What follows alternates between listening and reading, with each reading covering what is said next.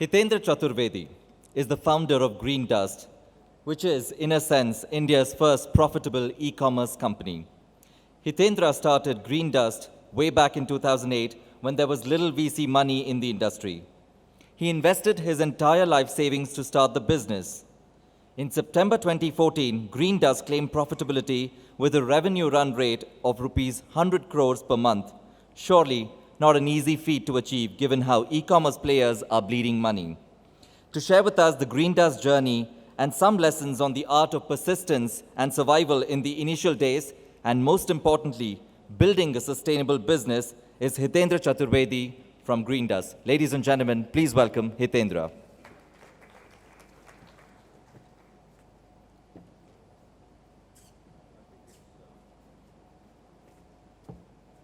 Can you hear me? Perfect. Thank you for having me here. I'm actually coming from Delhi, and unfortunately, I was supposed to be with you for about 45 minutes, but in about half an hour, I'll have to call it quits because I also have a flight to catch back to Delhi, and Delhi's got a lot of fog. If I do not catch this flight, I have a feeling that I'll end up landing in Lucknow.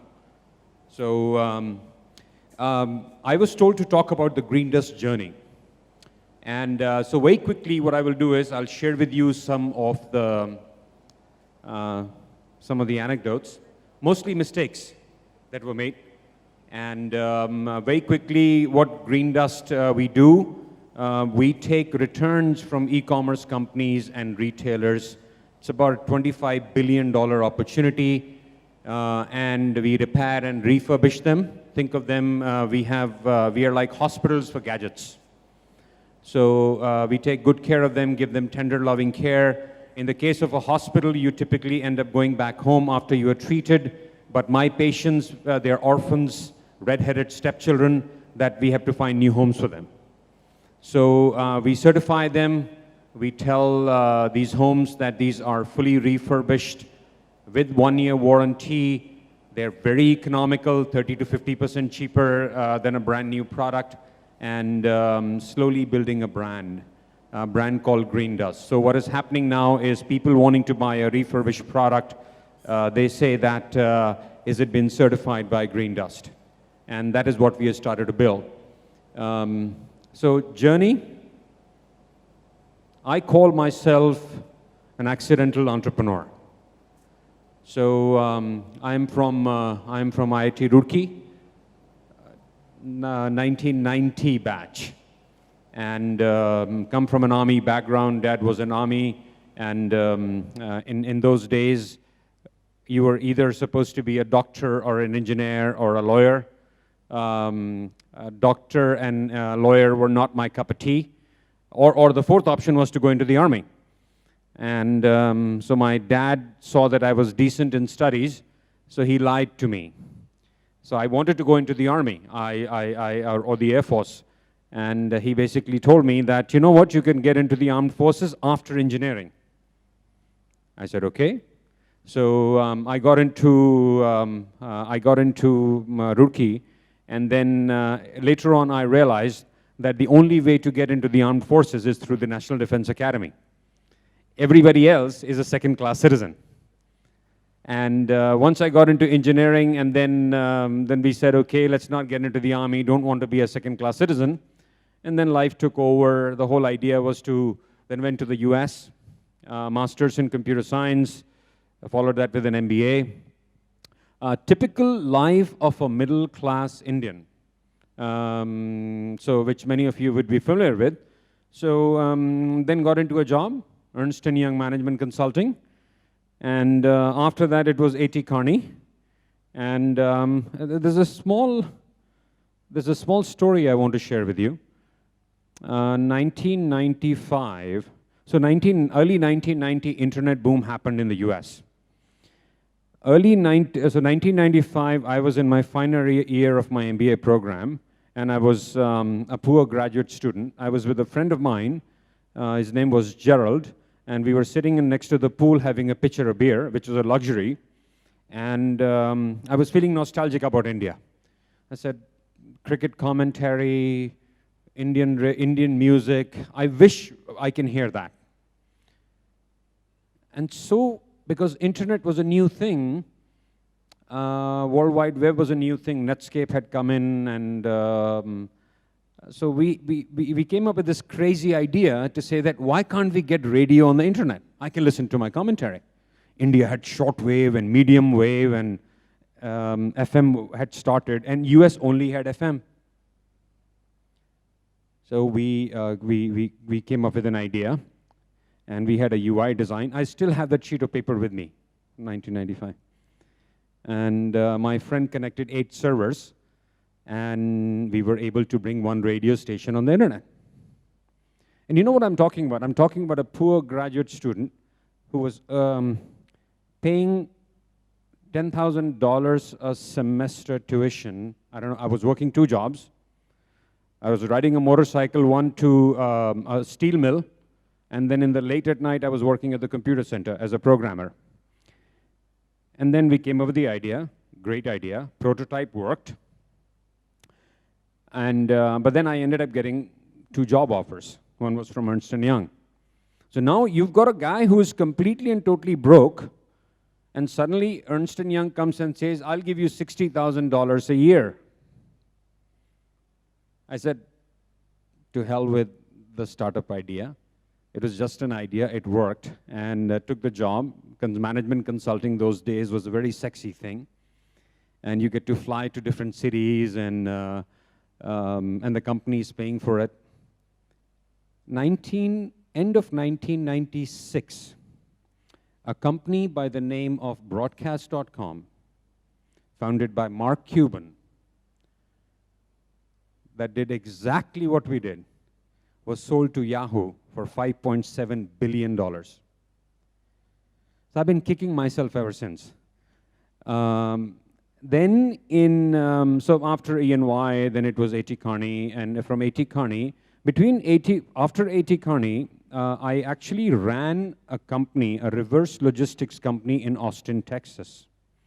So it's very interesting. I'll share with you how they called me, and the only question I was asked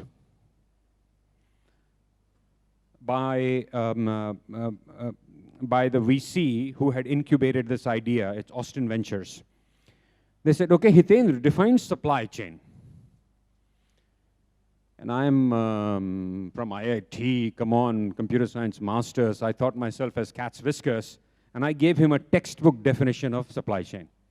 Movements of goods, products, and services from the manufacturer to the consumer. He said, great answer, but you're half right. I said, what do you mean? He said, what you've defined to me is forward supply chain. What you haven't explained to me is reverse, because products traverse a return journey. That's when that light bulb goes off, right?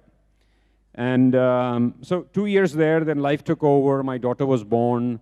We moved to, Microsoft came calling. We moved to Seattle. Then you got a daughter that you got to grow up, 4 years in Seattle. And then Microsoft asked me to come to India. I came to India in 2006, 2007, after 17 years in the US. And again, no intentions of being an entrepreneur, come on. And then after 2 years, people, so our background, again, middle class background, one of the things that we have is our value system. When I came here, I lost my dad. Asking my mom, when the mothership, Redmond, started calling me back after my expat assignment was getting over, taking my mother with me to the US would have been very selfish on my part. Why I say this is because, I'm being very blunt, most of the parents of who go back to the US are not more than glorified babysitters. They're extremely unhappy, and I didn't want that to happen with my mother. And so we decided that we'll stay back. So I quit Microsoft, and after working as an expatriate for Microsoft, working for any other Indian company was not eliciting any orgasmic reaction. So since I was working with the OEMs, I had realized that the whole concept of reverse logistics, people just had no clue. I asked them 4 questions, simple questions I used to ask them when I was working for Microsoft. So what's your return rate? No idea. What's your cost to bring a return back? No idea. What's your asset recovery rate? How much do you make out of a return item? No idea. Are you compliant with green regulations? They got scared. So, as they say, right, fork in the road. So 2008 was a fork in the road for me. Decided to quit Microsoft, stay back in India. October of 2008, when the height of recession, right, Lehman Brothers had collapsed, is when Greendust was started. I was too naive. I was too ignorant. People say that, oh my God, how did you start the company during that time? I said, I didn't know. Nobody told me I can't start a company. And hindsight is always 20/20. I look back and I said, I hired the greatest people for a very little amount of money. That's exactly what happened. So started with my funding, with my own money. There is a gentleman sitting in this audience. I just noticed him, and I think he's smiling too, Mr. Vittal. There's a story that, so I put a lot of my savings into the money, and then I went to Mumbai Angels. I still remember the day I went to Mumbai Angels, and the market was crashing, and it was July or August, sometime like that. And it was raining cats and dog, and I had a bag in my hand, and I came running into the, and I was supposed to make a presentation to 60 people about this business model. And I was completely drenched. I didn't even change of clothes. I just walked in, suitcase here, and I started talking about the business plan. I don't know what they liked about it. Nobody understood about the reverse logistics. They said, nah, India mein chalega ki nahi chalega. But this guy, I don't know what I like about him. Okay, chalo. These are high net worth individuals, right? Each and every one of them put in 5 lakhs each. So about 10 or 12 people. And then I was coming to Bangalore. I don't know why I was coming to Bangalore. I was on a flight. So 2.5-hour flight. I was sitting next to a gentleman. Didn't talk the entire flight. Did not talk. I was busy in my own stuff. He was busy in his own stuff. When the plane started to descend is when we started talking. Something happened and we introduced each other. And he said that he's into an R&D organization. And I said that I've just quit Microsoft and thinking about starting this company. And I explained to him the idea. This is the true elevator pitch. In 1 minute, I said, this is what I plan to do. I plan to manage returns for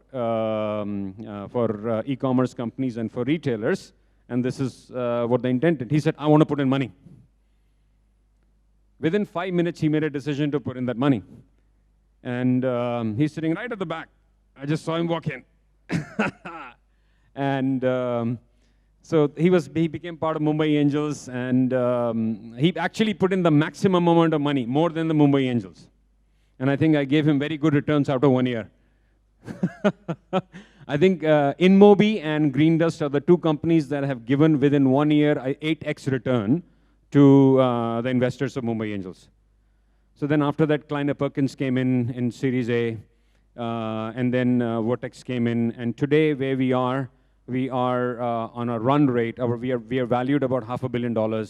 Our run rate is about, we are doing about $25 million a month in revenue, and a profitable company. 600 people. We are working with all major e-commerce companies, all the major e-tailers, OEMs. All that we do is think of a network of hospitals. Our patients are the gadgets that you guys discard. Some of the lessons learned when I started this company, as I keep on telling entrepreneurs and founders, Bombay we started because futurebazaar.com was the first e-commerce company. And we started working in Mumbai. And we had a very small 800 square foot warehouse, very small. And in Andheri, Mahakali Caves, number 8 Sainath Industrial Estate, I still remember it. There was an office which was, I think, 7 feet by 4 feet, in which we have put in an AC, that also a used AC, and the rest of the 700 square foot was warehouse. I remember coming in late in the afternoon. I was very tired. I was very sick, and there was this tiny little bench, and I just sat down there. I lied down over there, and I tried to take a nap while my VP of operation was trying to close the sales deal. So this, I remember that this customer walks in and said, I don't have a place to sit. Who's this guy who's lying over there? If we have to close a deal, he said, sir, he's our MD who's actually sick. And so we can close this deal outside. One day I get a call from my team saying that, sir, there are a lot of rats in the warehouse. They've got a lot of wires. So we had to find a problem for the rats in the warehouse. Again, we didn't have that much money. Think about it, right? This company was started with 60 lakh rupees only. 60 lakh rupees, that is not $25 million a month of revenue. So when a lot of founders ask for 3 million, 4 million in seed money, I look at them and say that if you are passionate about what you're doing, if you really believe, find adversity as your friend. If businesses like that can be built, I'm pretty sure the amount of money that you have, don't compete with what others are raising. Focus on what's your business. So a lot of things that DP, I was sitting at the back, it makes perfect sense. It absolutely makes perfect sense. When I was in Delhi, we said we have opened up a office in Delhi. You know, the warehouse, since I didn't have money, right? We had a small warehouse in Bombay. The warehouse in Delhi was one room in my own apartment in which I was living. So I had a driver, so he had a scooter. So when we used to do reverse pickup for futurebazaar.com, I used to go in my car to do reverse pickup. He used to go in his scooter. And we said we have a branch office in Delhi. Seriously, at least to the investors, you tell them, right? You have an office in Delhi also. And think about, right, the guy who's an expat at Microsoft, and I'm not 25 years old. Right now, I'm in mid-40s. I started this company when I was in, it's been 8 years now, so 37, 38. Now think about it, right? I'm the guy who's making pretty decent amount of salary as an expat for Microsoft, as the head of the OEM business. And I decided that, you know what? We'll travel in autos. We'll go pick up, like a delivery boy, products from customers' house. And they would actually look at me and say, can you please show me your ID? That you're from futurebazaar.com? I said, yes, sir. Here you are. And today where we are is still, when I travel economy class because it sets an example. Culture becomes very important. Today I will still try to find the cheapest hotels to stay when I travel. But at the end of the day, and you'll be very surprised. I get very surprised when I hear the salaries that some of the people in these .coms are making. I'm making a fraction of what I was making at Microsoft. It's not anybody's choice. It is my choice. You don't need that much. It is what's making you happy. As long as you're, I hear people making $1 million salaries and $2 million salaries and asking for this kind of salaries. No, you don't need that. We have expanded our operations into Middle East. We are in Dubai, Hong Kong, and the US with great response. And all of that is because you have a culture in which, why are we profitable? I could have given huge salaries to my team members and I would never be profitable. So I guess what I'm saying is, and I'm going all over the place in a way, why I call myself an accidental entrepreneur is because I never thought I'll be an entrepreneur. Became an entrepreneur, but then I said, you got to be the best entrepreneur. You got to be the best at what you need to do. You have to quit the job.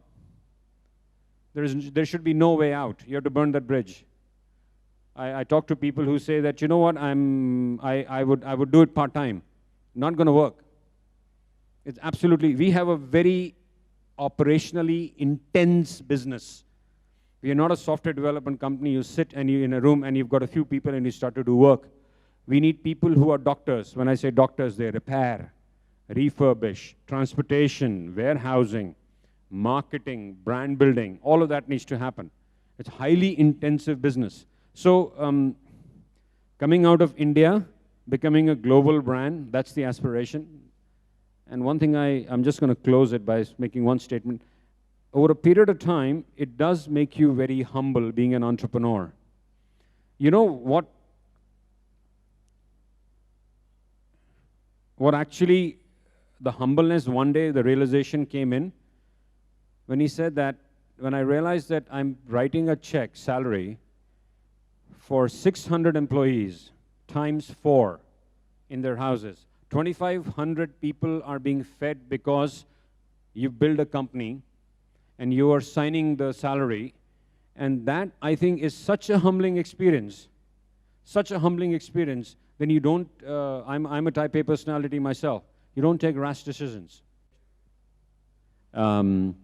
These are defective products that typically the company is meant, the priorities of the companies are so different. What is their objective? Make new products, sell new products. So when these defective products come back, nobody in the company and on their KRAs have something to say, you've got to solve for that problem. What do you do with the defective? So I'll give you a very interesting example. Whenever I used to go into an OEM, I won't name them, and I said, we want to talk about returns, reverse logistics.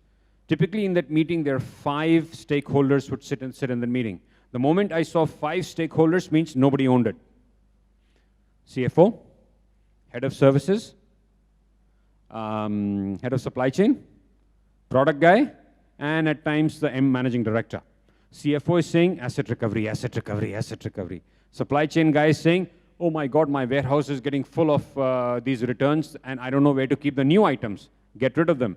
Product manager is saying, how come my product be so defective? Services guy is basically looks back and says, can I cannibalize these products so that my warranty costs come down? And MD is coming in because he just wants to learn. So everybody had a very different agenda. Nobody owned it. These were really, really orphans, and nobody didn't want to do anything about it. So I hope that answers your question. They don't want to take care of it. For them, these are, once the product is sold, sold. And you know what the other financial angle is? When the product comes back, somebody has to, they cannot be sold at a new value. Like if a product is 100 rupees, they will never be sold at 100. They will be sold at, let's say, 50, 40. Who's going to take the financial risk? So nobody wants to bell that cat. So we solve that problem. We say, don't bring it back onto your books. We will take care of them. Your red-headed stepchildren are my blonde-haired, blue-eyed boys.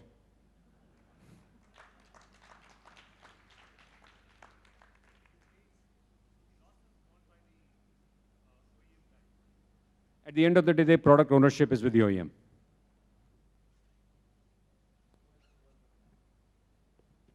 Yeah. Yeah. Hello? Yeah. Yeah, I can hear you. Yeah. Firstly, I felt very happy. To interacting with you and listening to your presentation. I just want to ask one quick question.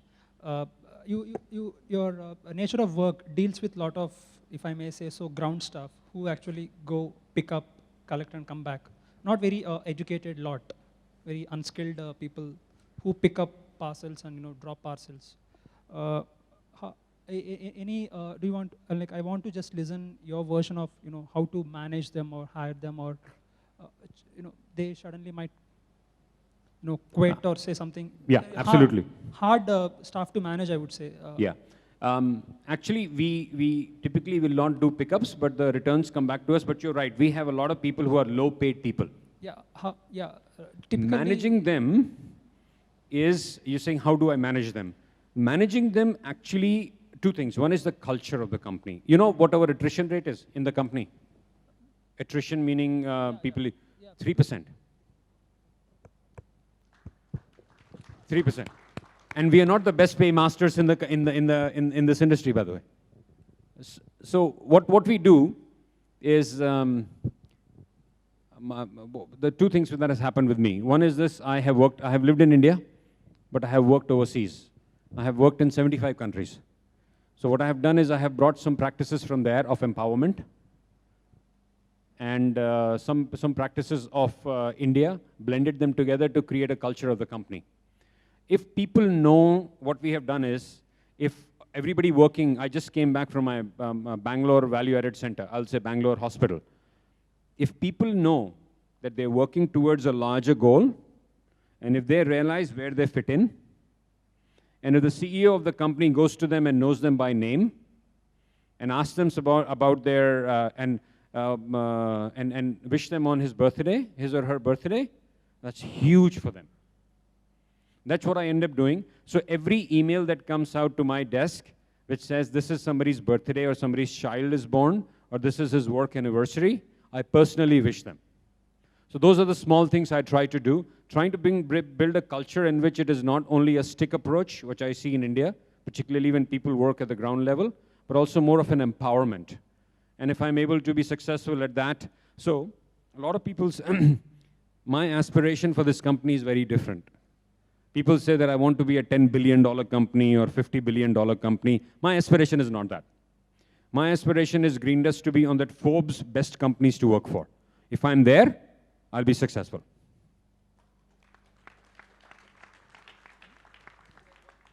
Yeah. What happens to the refurbished products? So we sell the products.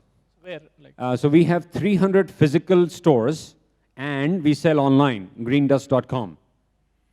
So if you go to greendust.com, you'll find a lot of these products that have been refurbished by Greendust, and they are sold at 30, so they're branded products, 30 to 50% cheaper than the market.